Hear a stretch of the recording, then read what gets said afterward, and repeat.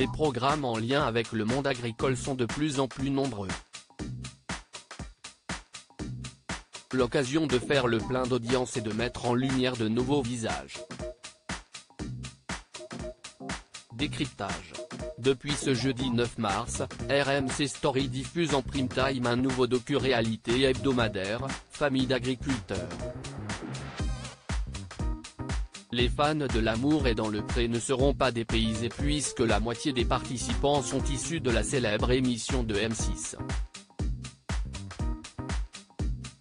Si est le cas de Jérôme et Lucille, saison 15, Franck, saison 16, Thierry Coquin de Sort, saison 10 et 17, ou encore Guillaume et Tom, saison 17. On pourra suivre chacun dans l'accomplissement d'un projet personnel qui leur tient à cœur. Une preuve de plus que les agriculteurs sont les nouvelles stars du petit écran. Après 18 ans, l'engouement sur M6 autour de l'amour et dans le pré reste intact et ne finit pas d'inspirer les chaînes et les producteurs. Outre Famille d'agriculteurs, d'autres programmes creuseront bientôt le sillon, notamment Aidons nos fermes et La ferme de mes rêves sur M6. Toujours sur la 6, Karine Le Marchand proposera cette année un documentaire au long cours sur la vie à la ferme. L'agriculture, un univers très télégénique. Marie Portolano, qui viendra prochainement au secours d'exploitations en difficulté dans Aidons nos fermes, n'hésite pas à parler de phénomènes de société.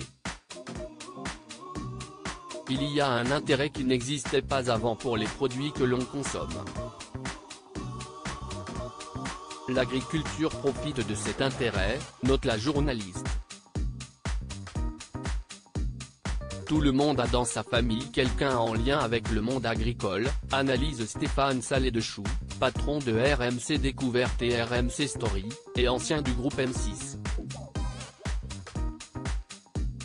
À l'écran, c'est un monde très visuel, avec des personnes communes mais qui ont une vie hors du commun.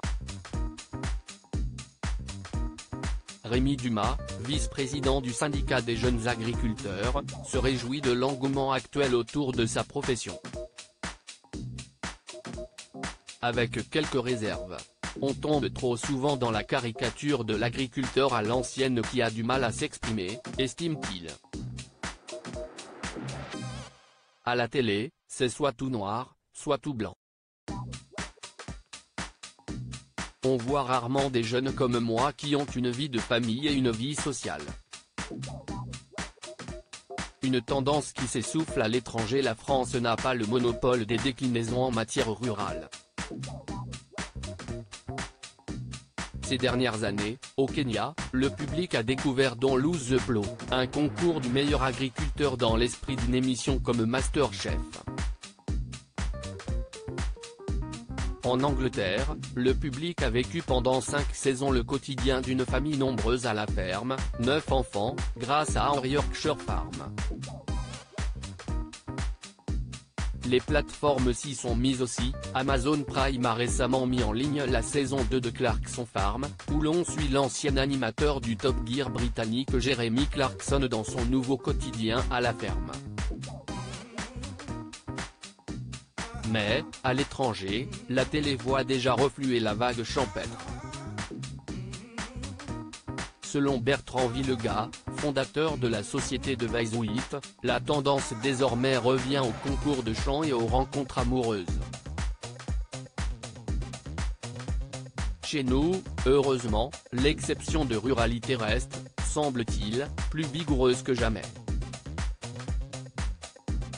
De quoi satisfaire Stéphane Salé-Dechoux, qui estime que la marge de manœuvre des chaînes est encore grande dans ce domaine. Le monde agricole est encore peu représenté à la télé par rapport à d'autres univers, analyse-t-il. De quoi imaginer quantité d'autres déclinaisons pour le petit écran. À lire aussi. Ça a été un grand choc pour nous. Claire Fourcade, L'amour est dans le pré, revient avec émotion sur la perte de son deuxième enfant.